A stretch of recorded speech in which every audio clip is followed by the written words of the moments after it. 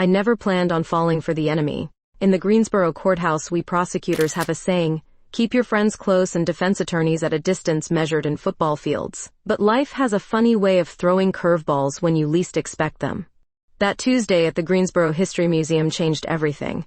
I was filling in last minute for a colleague who'd gotten food poisoning. There I stood, blonde hair pulled back in my signature severe bun, emerald green eyes scanning the small crowd gathered for the special exhibit on justice through the ages. The scales of Lady Justice aren't just decorative, I explained, warming to my impromptu lecture. They represent the weighing of evidence, the burden of proof that falls on the prosecution to. That's when I noticed her. Third row, auburn hair catching the light like autumn fire, those piercing blue eyes locked on mine with an intensity that made me lose my train of thought. For a prosecutor who'd never stumbled over words in front of a jury, I suddenly found myself searching for what came next. After the lecture, she approached. Your perspective on rehabilitative justice versus punitive measures was fascinating, she said, her voice warm and smoky. You caught me improvising, I admitted. I'm Madeline Cook, Assistant District Attorney. Her smile faltered slightly. Lena Morris.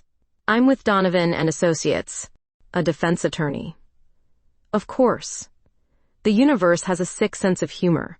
Our conversation flowed easily despite this revelation, and I found myself lingering far longer than intended, captivated by her sharp mind and unexpected humor. 3 days later, we collided again, this time in Courtroom C.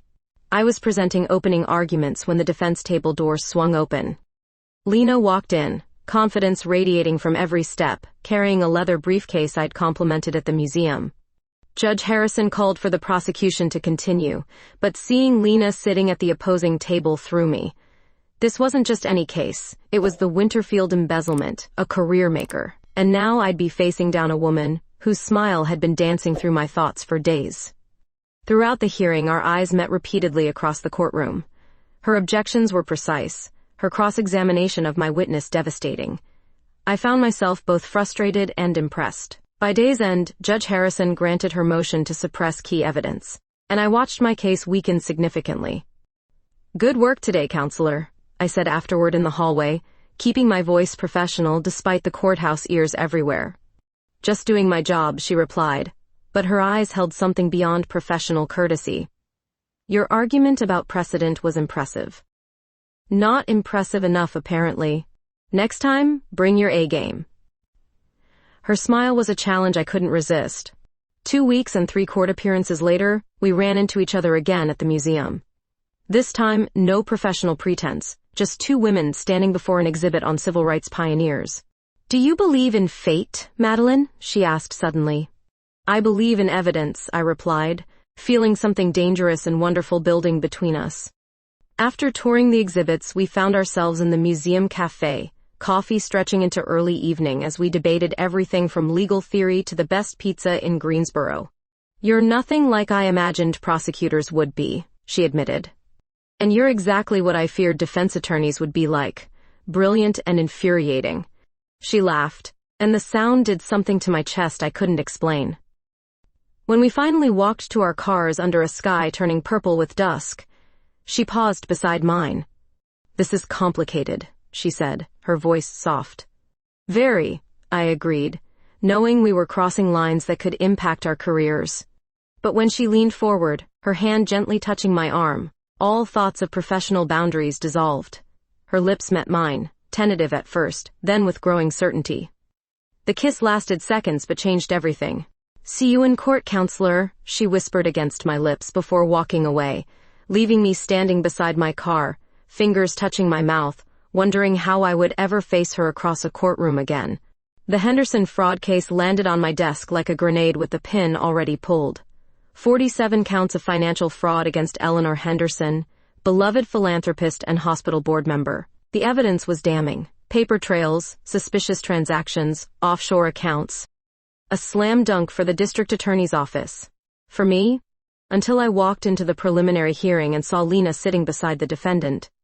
The state will prove beyond reasonable doubt that Ms. Henderson knowingly and deliberately diverted hospital funds for personal gain, I stated to Judge Watkins, trying not to look directly at Lena, whose presence seemed to magnify tenfold whenever I was near her. My client maintains her complete innocence, Lena countered, standing with perfect posture in a navy suit that made her eyes even bluer. The defense will demonstrate that these transfers were authorized and documented. The kiss from 2 weeks ago hung between us like an invisible thread, pulling taut whenever our eyes met. The Henderson case quickly became the talk of Greensboro's legal community. Local papers ran front-page stories about the courtroom showdown between the Ice Queen prosecutor and the passionate defender. Neither nickname did us justice, but the media loves simplistic narratives. 3 days into preliminary motions, I found myself still at the courthouse at 9 p.m., buried in financial records in the law library. The place was practically deserted, just me, thousands of leather-bound legal tomes, and apparently Lena Morris. She appeared between the constitutional law and criminal procedure stacks, looking as exhausted as I felt. "Burning the midnight oil, counselor?" she asked. "Just making sure I've got all my ducks in a row before you try shooting them down tomorrow." She laughed, setting down an armload of books. "I brought Chinese. Too much for one person. Hungry?" Against my better judgment, I nodded. We pushed aside our respective case files and cleared space for containers of Kung Pao chicken and vegetable lo mein. For an hour, we maintained an unspoken agreement, no discussing Henderson. Instead, I learned Lena grew up in Minnesota, played college soccer, and spent a year in the Peace Corps before law school. She discovered I'd originally planned to be a concert pianist before witnessing a courthouse internship that changed my trajectory. "Why prosecution?" she asked, twirling noodles with chopsticks. "You don't strike me as someone who sees the world in black and white." "I believe in justice," I said simply. "And sometimes justice means holding people accountable when they harm others, even when the system is flawed, especially then."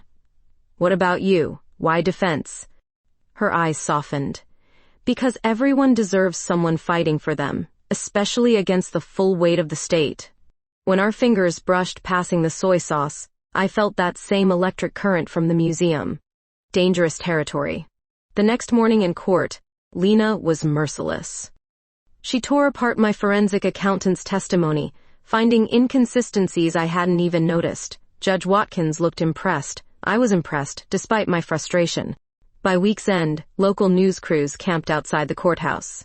The Henderson case had captured public attention. Wealthy socialite, millions potentially embezzled, hospital programs at risk, and the prosecutors and defense attorneys who seemed to generate sparks whenever they argued.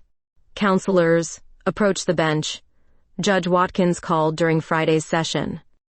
When we stood before her, she lowered her voice. "This professional rivalry makes for good television, but keep it civil in my courtroom." "Rivalry?" I said, genuinely puzzled. "The media's calling it the Battle of Legal Titans," Lena muttered. "Apparently we're this season's courtroom drama." After court adjourned, I caught Lena in the corridor. "We need to be careful," I warned. "People are watching us."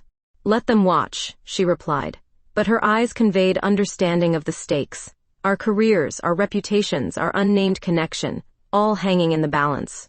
That night, alone in my apartment, I stared at case files without really seeing them. Instead, I saw auburn hair and challenging blue eyes. I saw the way Lena leaned forward when she was about to make an important point. I saw her gentle smile when she thought no one was looking. I was in serious trouble. The kind no legal precedent could guide me through. The kind that could derail everything I'd worked for. And the worst part? I wasn't sure I cared anymore. Greensboro's skies opened up without warning that evening. I'd stayed late at the office preparing for next week's hearing, and by the time I realized the severity of the storm, sheets of rain had already turned the streets into shallow rivers. I made a dash for my car, files protected under my jacket, when I spotted a familiar figure huddled under the courthouse overhang. Lena stood there, soaked in phone pressed to her ear, looking increasingly frustrated. "Rideshare apps are all backed up," she explained when she saw me. "My car's in the shop and apparently everyone in Greensboro needs transportation simultaneously." Lightning cracked across the sky, followed immediately by thunder that seemed to shake the pavement beneath us. "I'll drive you," I heard myself say before I could reconsider. The drive to her address across town was mostly silent, windshield wipers working overtime, radio playing softly beneath the drumming of rain. When I pulled up to her building, neither of us moved. "Want to come up for a bit? Wait out the worst of it?" she asked, and I knew I should refuse. Her apartment was everything mine wasn't. Colorful, filled with artwork, plants thriving on every surface, books stacked beside comfortable-looking furniture. So perfectly her. Wine? She offered, already pulling out glasses without waiting for my answer. One glass became two as the storm raged outside. Sitting on her couch, shoes off, I felt farther from the courtroom than just a few miles. "Can I ask you something personal?" she said finally. "Depends on how personal." "Why haven't you asked about that kiss?" I took a long sip of wine. "Because I don't know what to do about it." "That makes two of us." Thunder crashed again, closer this time, and the lights flickered ominously before steadying. "I've never been good at relationships," Lena admitted, her voice softer than I'd ever heard it.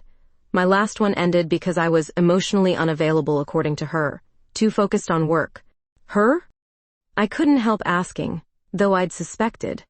"Yes, her." "Does that surprise you?" "No," I answered honestly. "What happened?" Lena's smile turned sad. 3 years, and she said she felt like she was dating a case file. Maybe she was right. I kept choosing work, postponing vacations, missing dinners. Then she met someone who actually showed up. The vulnerability in her eyes undid me completely. This wasn't opposing counsel. This was just Lena. Hurt, complicated, beautiful Lena. "I understand that more than you know," I said. "My last relationship ended when she gave me an ultimatum, her or the DA's office. And you chose the office. Every time."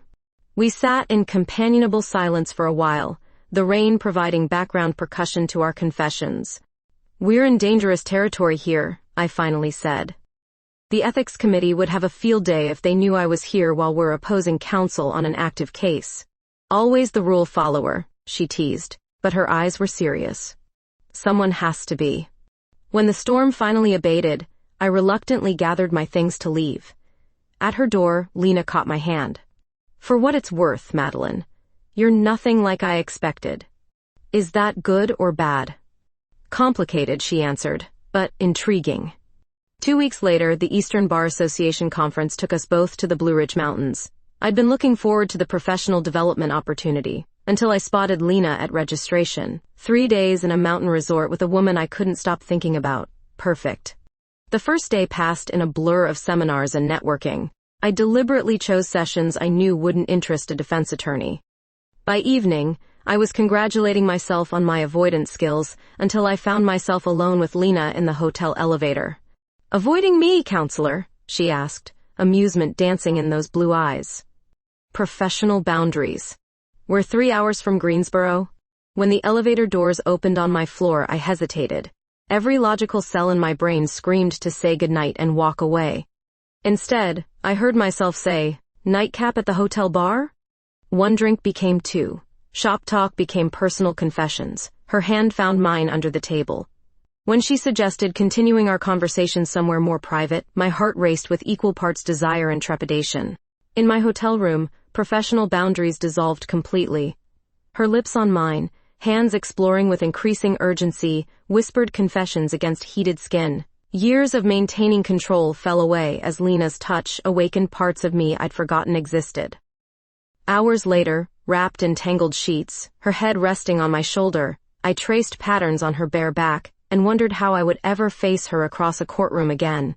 Knowing how she sounded when she came apart in my arms, how vulnerable she looked in the moments after, how perfectly we fit together despite everything logical telling us we shouldn't. "What happens when we go back to Greensboro?" she whispered into the darkness. "I don't know," I answered honestly, pulling her closer despite the uncertainty that awaited us back home. Sunday afternoon found us driving back to Greensboro in separate cars, maintaining the illusion of professional distance. My hands gripped the steering wheel so tightly my knuckles turned white, mind replaying every moment of our weekend together. The way Lena had looked in early morning light, how her laugh sounded different, lighter, when we were alone. The intensity in her eyes when she told me she'd never felt this way before. Monday morning in court was an exercise in compartmentalization. I stood before Judge Watkins arguing a motion while Lena sat at the defense table, looking every bit the consummate professional in a charcoal suit. No one watching would have guessed that 48 hours earlier, she had been whispering my name like a prayer against my skin. "Ms. Cook, your response to defense counsel's assertion?" Judge Watkins prompted, and I realized I'd completely missed Lena's argument. Apologies, Your Honor. The state maintains that these financial records are admissible under precedent established in State v. Harrison. As I continued, Lena watched me with that slight tilt of her head that I now recognized meant she was formulating a counter-argument. The familiarity sent a jolt through me. I knew how her pulse quickened when she was passionate about something. I knew how she looked when she slept. After court adjourned, we performed an elaborate dance of avoiding each other, while simultaneously checking if the other was looking. Professional, distant, strangers who had memorized each other's bodies. "Madeline!" District Attorney Reynolds called as I was gathering my files. "Excellent work today. We're close to nailing Henderson with your cross-examination." I nodded, hyper-aware of Lena pretending not to listen nearby. "Thanks, sir. Still a lot of work ahead. The whole office is behind you on this one. Career-making case. Henderson's attorney doesn't stand a chance." I saw Lena's shoulders tense slightly before she walked away without looking back. By Wednesday, whispers had started. I noticed the court clerk watching us with too much interest. A paralegal from another firm smirked when Lena and I reached for the same law book in the courthouse library.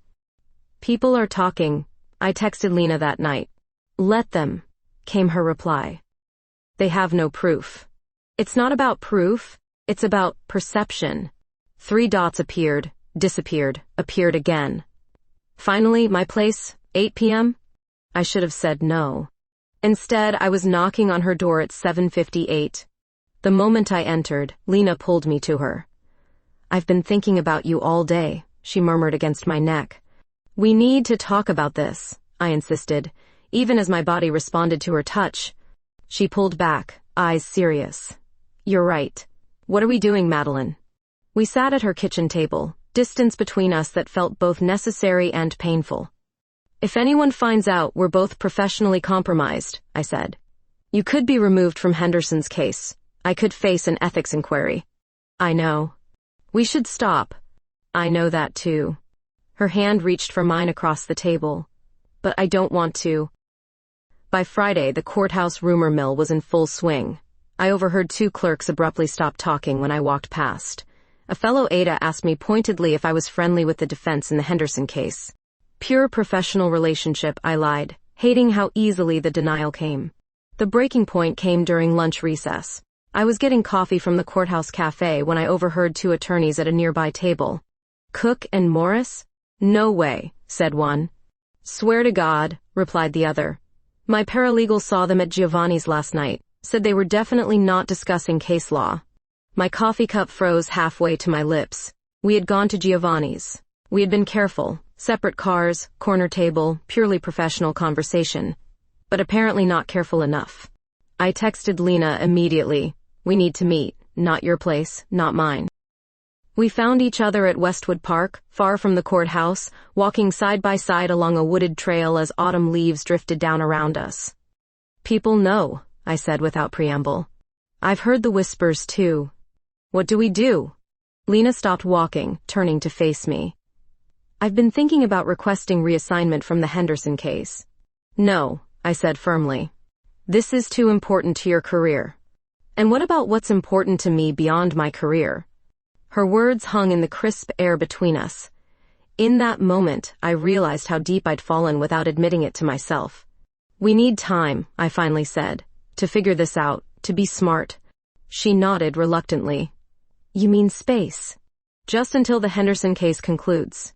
We agreed to step back, professional distance, no private meetings, no texts, no Giovanni's. It lasted exactly 3 days before I found myself parked outside her apartment at midnight, knocking softly on her door, all my carefully constructed walls crumbling the moment she opened it. "This is a terrible idea," I whispered as she pulled me inside. "The worst," she agreed, already unbuttoning my blouse. "But I've never wanted anything more." In the darkness of her bedroom, with rain tapping gently against the windows, we traded caution for passion, knowing full well what we were risking but unable to stop the gravitational pull between us. "Meet me tomorrow," she whispered later, her head resting on my chest. "The little cafe on the outskirts of town. No one from the courthouse ever goes there."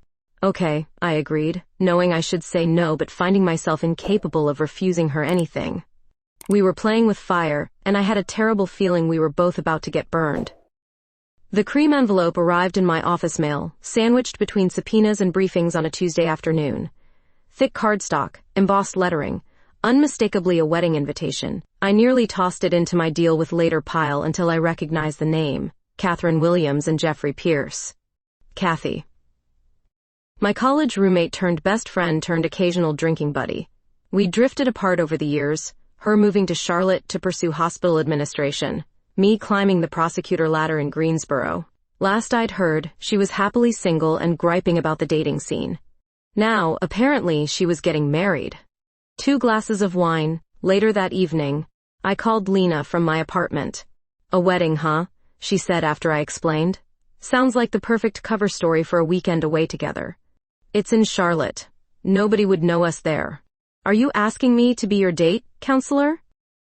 The playfulness in her voice made my heart skip. I believe I am. 4 weeks from now. Fancy hotel. Open bar. You had me at open bar. For the next few weeks we continued our delicate balancing act. Professionals by day, lovers in secret. The wedding became our beacon, a promised reprieve where we could simply be together without looking over our shoulders. What does one wear to a straight wedding these days? Lena asked one evening as we lay tangled in her sheets. Something that makes it hard for me to concentrate on the ceremony. Challenge accepted. 2 weeks before the wedding we spent a Saturday afternoon dress shopping. I'd avoided malls since becoming a prosecutor. Too many chances to run into people I'd put away. But Charlotte was a safe distance, and Lena insisted we needed proper attire. I was waiting outside a changing room when the curtain slid back. Lena emerged in a deep blue dress that hugged every curve, the color making her eyes practically glow. Well? She asked, turning slowly. Words failed me. All the legal jargon, the carefully crafted arguments I prided myself on, gone. I managed only, that's the one. Later, with shopping bags deposited in my car, we found ourselves in a secluded corner of the department store parking garage. I can't wait 4 more days, I murmured against her neck. I need to touch you now. Her lips found mine, hungry and insistent. We kissed like teenagers, hidden between parked cars, her hands tangled in my hair, my fingers tracing the curve of her waist through her clothes. We should probably stop before security cameras catch the ADA defiling a defense attorney in public, she whispered against my lips, though she made no move to pull away. Probably, I agreed, deepening the kiss instead.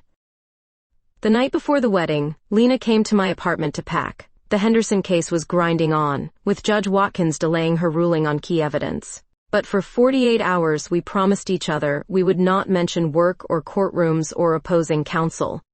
I keep waiting for this to feel wrong, I admitted, as we folded clothes into overnight bags. For the guilt to hit me, for professional ethics to outweigh what I feel. Lena paused. Does it bother you, that I'm a defense attorney? Oddly, no. I respect what you do, even when you're driving me crazy in court. Good, because I respect your conviction too, even when you're being an uptight pain in the ass about rules of evidence. She threw a balled-up sock at me, and I caught it, laughing. These moments of simple joy felt so precious, so foreign to my normally structured life. Later, wrapped in darkness and each other, Lena grew unusually quiet. What is it? I asked, tracing her shoulder with my fingertips. She hesitated. There's something I should tell you before meeting your friends. Okay. I was engaged once. This surprised me. In all our late-night confessions, she'd mentioned relationships but never an engagement. What happened? She rolled onto her back, staring at the ceiling. I couldn't go through with it. 3 weeks before the wedding, I called it off. Why? Fear, maybe. Or knowing deep down it wasn't right. She wanted a conventional life. House in the suburbs, kids, golden retriever. I wanted courtrooms and justice and late nights with case files. I waited, sensing there was more. I hurt her badly, Lena continued. I sometimes wonder if I'm capable of making it work with anyone. I pulled her closer, pressing my lips to her forehead. You don't owe me explanations about your past. I just don't want to disappoint you, Madeline. You couldn't. As she drifted to sleep in my arms, a strange unease settled over me. Tomorrow we would step into the sunlight as a couple for the first time. No hiding, no pretending, no courthouse walls between us. Just Madeline and Lena, two women who'd found each other against all odds and professional wisdom. I should have felt only excitement. Instead, something like premonition whispered at the edges of my consciousness, a warning I was too in love to heed. Charlotte's Bellevue Gardens glowed with string lights and flowers as we arrived for the ceremony. Lena's hand rested in mine, our first public outing as a couple, and I couldn't help feeling a strange mixture of liberation and vulnerability. "You look beautiful," she whispered, adjusting my necklace. "Every person here is wondering how the bride could possibly compete." I laughed, but nervousness fluttered in my stomach. These were old friends, college acquaintances, people who knew me before I became the Ice Queen prosecutor. How would they react to meeting Lena? We found seats in the middle section, program fans fluttering in the warm evening air. The string quartet began playing the processional music as bridesmaids in lavender dresses walked down the aisle. I scanned the crowd, spotting familiar faces, professors, classmates, Catherine's boisterous family. Then the music shifted, and everyone stood. I turned to watch the bride make her entrance, my hand still clasping Lena's. The world tilted beneath my feet. Catherine, but not the Catherine I'd expected, not my friend from hospital administration. This was Catherine Williams, my college girlfriend, my first love. The woman who'd broken my heart senior year when she decided she couldn't be with a woman and promptly started dating the quarterback. "Madeline?" Lena whispered, concern in her voice. "You look like you've seen a ghost." In many ways I had. I watched in frozen disbelief as Catherine floated down the aisle, radiant in white lace.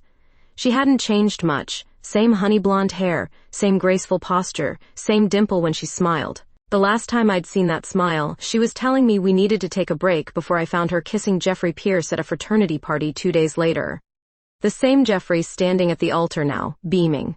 "I need some air," I whispered to Lena, squeezing past apologetically, avoiding eye contact with everyone as I fled to the garden's edge. Lena found me minutes later, pacing beside a fountain. "That's not your friend Kathy," she said simply. It wasn't a question. "Ex-girlfriend," I managed. "College." We were together almost 2 years before she decided men were more her style. "And you had no idea she was the bride?" Catherine Williams is a common name. I thought it was my friend from the hospital board. They must have similar handwriting because the invitation... I trailed off, realizing how ridiculous this sounded. "Do you want to leave? We can go back to the hotel." I considered it. Part of me wanted to run, to avoid confronting this unexpected collision of past and present. But a stronger part, the prosecutor in me perhaps, refused to retreat. "No. We're staying. I'm not 19 anymore, and I'm not going to let her think she still has any power over me." The reception was held in a grand ballroom, crystal chandeliers reflecting light onto the dance floor. We found our assigned table, mercifully populated by strangers who didn't know our history, and made it through dinner with forced smiles and small talk. "She keeps looking at you," Lena noted, sipping champagne. I refused to turn around. Let her look. 3 glasses of champagne later, I was almost enjoying myself, dancing with Lena to some pop song, her body pressed against mine, when a familiar voice spoke behind me. "Madeline Cook. I can't believe you're really here." I turned slowly. Catherine stood before us, wedding dress sparkling, eyes wide with what appeared to be genuine delight. "Congratulations," I managed, surprised by how steady my voice sounded. "I wasn't sure you'd come. When I sent the invitation..." She paused, smile faltering slightly. "It's been so long." 12 years, I confirmed. An awkward pause followed before I remembered my manners.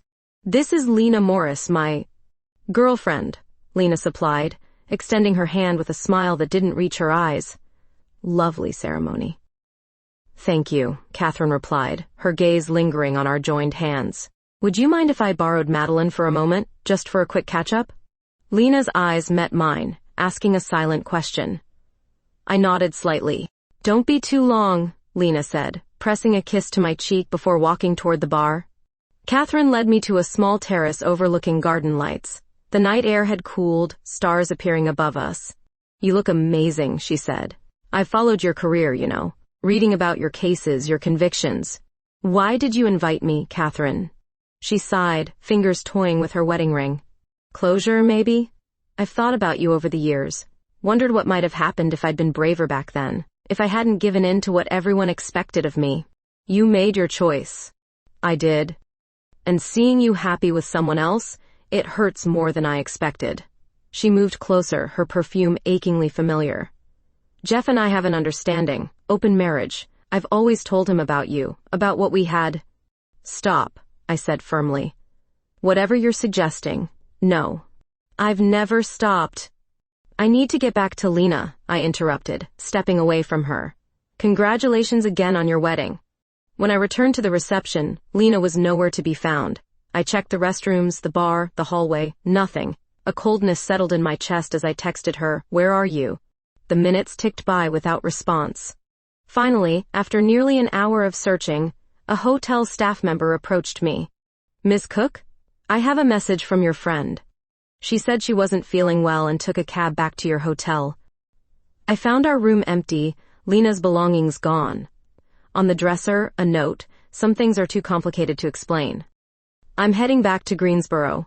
I'm sorry." Monday morning in the Greensboro courthouse felt like walking through quicksand. I'd spent Sunday driving back from Charlotte, calling Lena repeatedly with no answer. By the time I reached my office, exhaustion had settled into my bones along with a growing sense of dread. "You okay, Cook?" my colleague Derek asked when I nearly walked into him. "You look like hell." "Just tired. Big weekend." "Well, buckle up. Henderson case just got more complicated. Seems Morris has requested reassignment from all your cases." The floor seemed to drop out from under me. "What?" "Memo came through this morning. Her firm's shuffling attorneys. Martinez is taking over Henderson. Office scuttlebutt says Morris specifically asked to be taken off anything you're prosecuting." I mumbled something about checking my emails and escaped to my office, door locked behind me. My hands shook as I pulled up the official notice from Donovan and Associates. "Please be advised that effective immediately, Lena Morris will no longer be representing clients in cases prosecuted by Ada Madeline Cook." The official reason cited was potential conflict of interest, but I knew the truth. She was running. From Catherine, from complications, from us. I tried calling again, straight to voicemail. I texted, "We need to talk, please." 3 agonizing days passed. The Henderson case proceeded with Anthony Martinez now at the defense table, his style methodical and impersonal, where Lena had been passionate and intuitive. I went through motions like a robot, my mind constantly elsewhere. On Thursday, courtroom gossip reached fever pitch when Catherine Pierce, née Williams, appeared in the courthouse lobby. "There's someone asking for you," my assistant whispered during recess. "Says she's an old friend." I found Catherine sitting primly on a bench, looking out of place in designer clothes amid the usual courthouse crowd. "What are you doing here?" I demanded. "You won't answer my calls." "Because I have nothing to say to you." She stood, adjusting her handbag nervously. "I came to apologize. For the wedding, for what I said. I had no right to disrupt your life like that." "You're right. You didn't. Jeff and I had a huge fight after you left. The whole open marriage thing, it was a lie. I just wanted to see if there was still something between us." I laughed bitterly. "There hasn't been anything between us since you chose him over me 12 years ago. And now I've cost you someone else." Her expression turned genuinely remorseful. "Your girlfriend left because of me, didn't she?" I didn't answer, which was answer enough. Catherine reached for my hand. "Tell me how to fix this. Please." "You can't fix this," I said, pulling away. "Go home to your husband, Catherine." She left, but the damage was done. People had seen us talking, and by afternoon a new rumor circulated. Madeline Cook's mysterious girlfriend had left her for a married woman. Friday afternoon, I finally spotted Lena emerging from a courtroom 3 floors down. I caught up to her near the elevators. "You're avoiding me," I said without preamble. Her eyes met mine briefly before darting away. "I requested reassignment. Seems appropriate given the circumstances." "What circumstances? That my ex showed up at her own wedding?" The elevator arrived, empty. We both stepped in. As soon as the doors closed, I hit the emergency stop button. "That's abuse of county property," she said mildly. "Sue me. You left without a word. You're not answering calls. You're reorganizing your entire caseload to avoid me." "I saw you with her on the terrace," Lena finally admitted. "The way she looked at you, the way you looked back. And what exactly did you think you saw? History. Unfinished business. She sighed heavily. She told me, before I left, that you were the one who got away, that she's still in love with you. And you believed her over me? I believed what I saw. The great Madeline Cook, thrown completely off balance by someone from her past. I moved closer, refusing to let her look away. You want to know what really happened on that terrace? Catherine suggested an affair. I shut her down and went looking for you. Something flickered in Lena's eyes. Doubt. Hope. I couldn't tell which.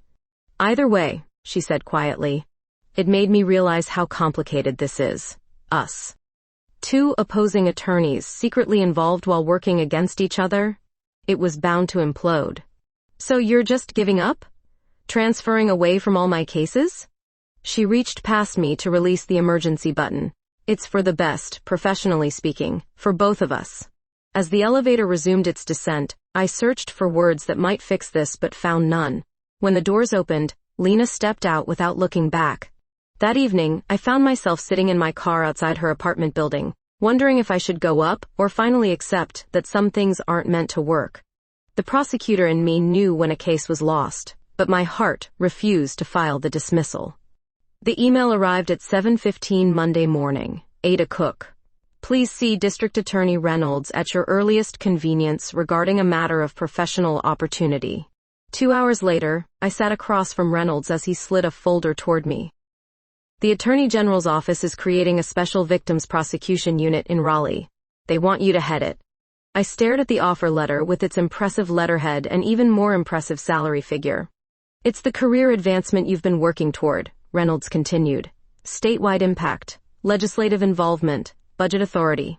When would they need an answer? End of the week. They want you to start next month after the Henderson verdict.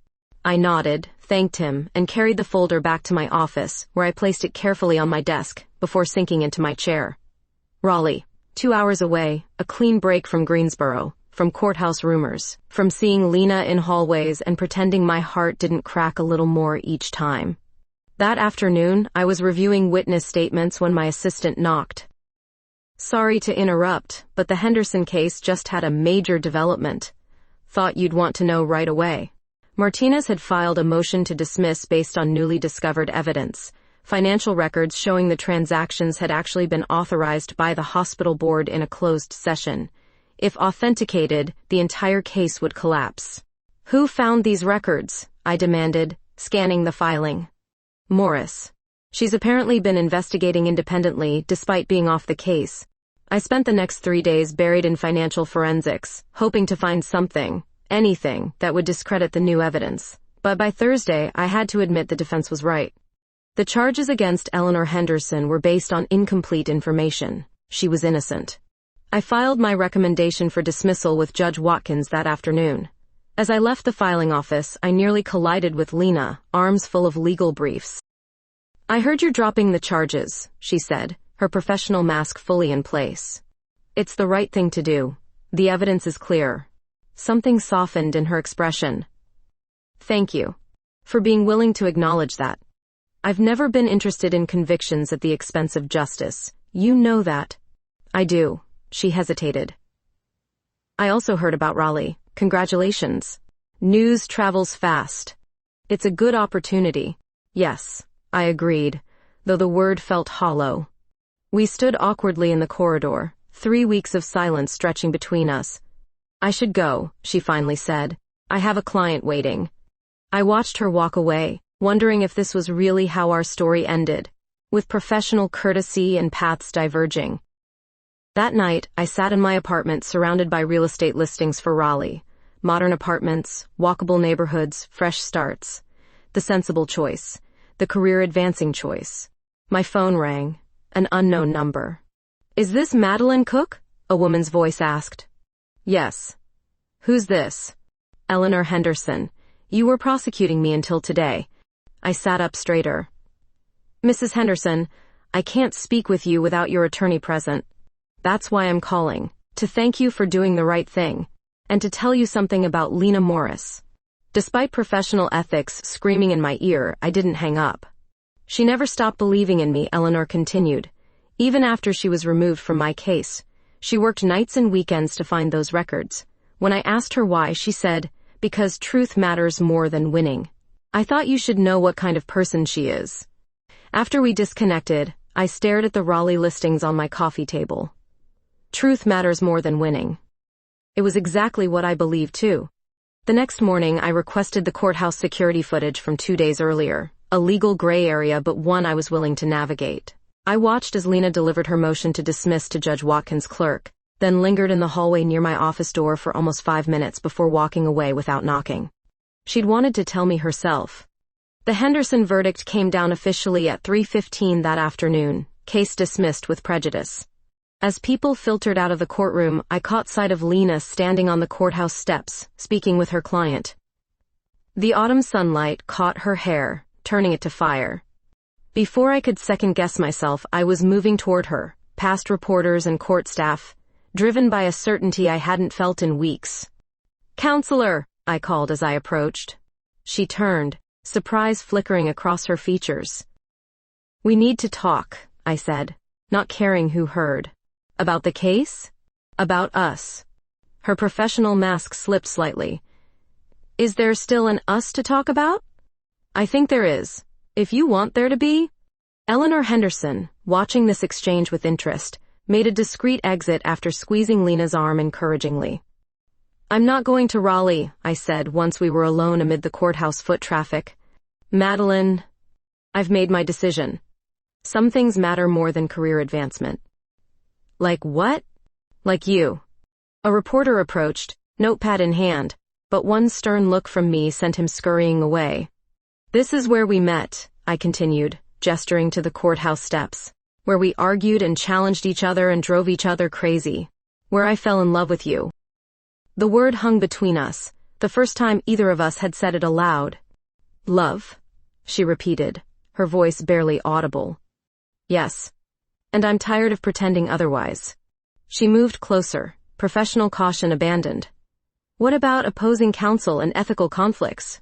We'll figure it out. Together." When she kissed me, right there on the courthouse steps in full view of colleagues and reporters and the entire Greensboro legal community, I knew no career opportunity could ever compare to this. 6 months after our courthouse steps declaration, Lena and I stood in an empty storefront on Market Street, surveying the potential of bare walls and uncovered floors. "What do you think?" she asked, her voice echoing slightly in the vacant space. "Too ambitious?" I traced my fingers along a windowsill, imagining desks and law books, and a discreet sign reading Cook and Morris Legal Advocates. "It's perfect," I decided, wrapping my arms around her waist from behind. Just enough room for 2 stubborn attorneys and their equally stubborn support staff. Our professional reinvention had begun just days after the Henderson case concluded. I'd declined Raleigh and resigned from the DA's office. Lena had left Donovan and Associates. The speculation had been immediate and intense. Were we crazy, throwing away established careers? Perhaps, but there was something undeniably liberating about starting fresh. "I still think we should flip a coin for whose name goes first," Lena said, turning in my arms. "Alphabetical makes more sense." "You just want to be first." "Prosecutorial instinct," I admitted with a grin.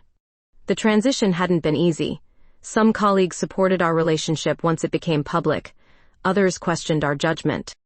Judge Watkins had pulled me aside after my resignation, concern evident in her weathered face.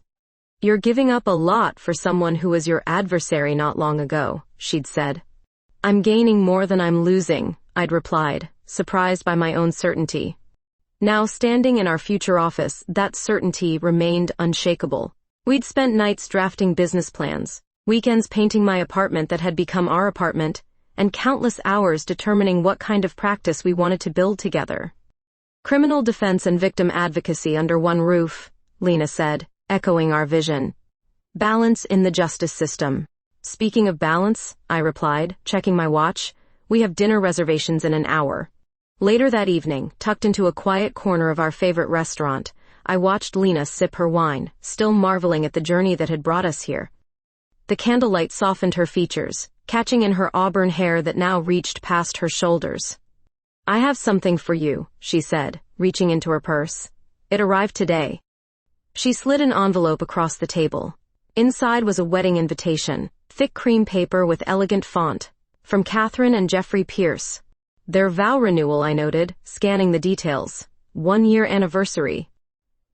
I thought you might want to throw it away yourself, Lena explained. Closure and all that. I smiled, folding the invitation and tucking it back into the envelope. Actually, I've been thinking. We should go. To your ex's vow renewal. Are you serious? Absolutely. I want to thank her properly. For what, exactly? For inviting me to her first wedding. For bringing you into my life, even if it was through a catastrophic misunderstanding. I reached for Lena's hand across the table, for helping me realize what I really wanted. She laughed softly. That's very enlightened of you. Besides, I added, it would be the perfect opportunity to show off my gorgeous fiancé. Her eyes widened as I reached into my jacket pocket, producing a small velvet box. Madeline? I had a whole speech prepared, I admitted, about justice and truth and finding both in you. But sitting here, I realize it's much simpler than that. I opened the box, revealing a platinum ring with a single emerald. I love you. I want to build a life with you. Will you marry me? The moment stretched between us, candlelight reflecting in her eyes. Yes, she whispered finally. 1,000 times yes. As I slipped the ring onto her finger, a flash of movement caught my eye. Catherine stood near the restaurant entrance with a man I assumed was Jeffrey, both watching us with surprised expressions. She raised her hand in a small, hesitant wave. I nodded in acknowledgement, not with anger or resentment, but with genuine gratitude for the twisting path that had led me here. Later that night, in the quiet of our bedroom, Lena traced gentle patterns on my skin as we talked about the future, our practice. A possible summer wedding, maybe eventually a house with a yard for the rescue dog she'd been not so subtly researching. Do you ever worry, she asked softly, that our different approaches to the law will come between us? No, I answered honestly. Because we both want the same thing, ultimately, justice. We just see different paths to it. The prosecutor and the defense attorney, she mused. Not exactly a conventional love story.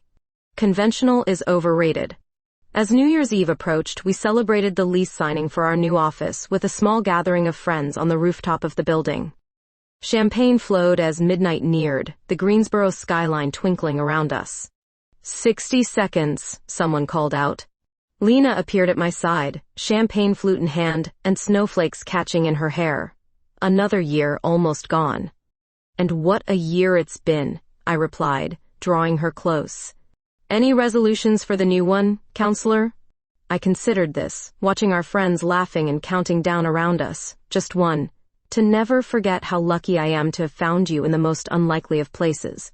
The prosecution rests, she whispered against my lips as fireworks exploded overhead and a new year, our year, began.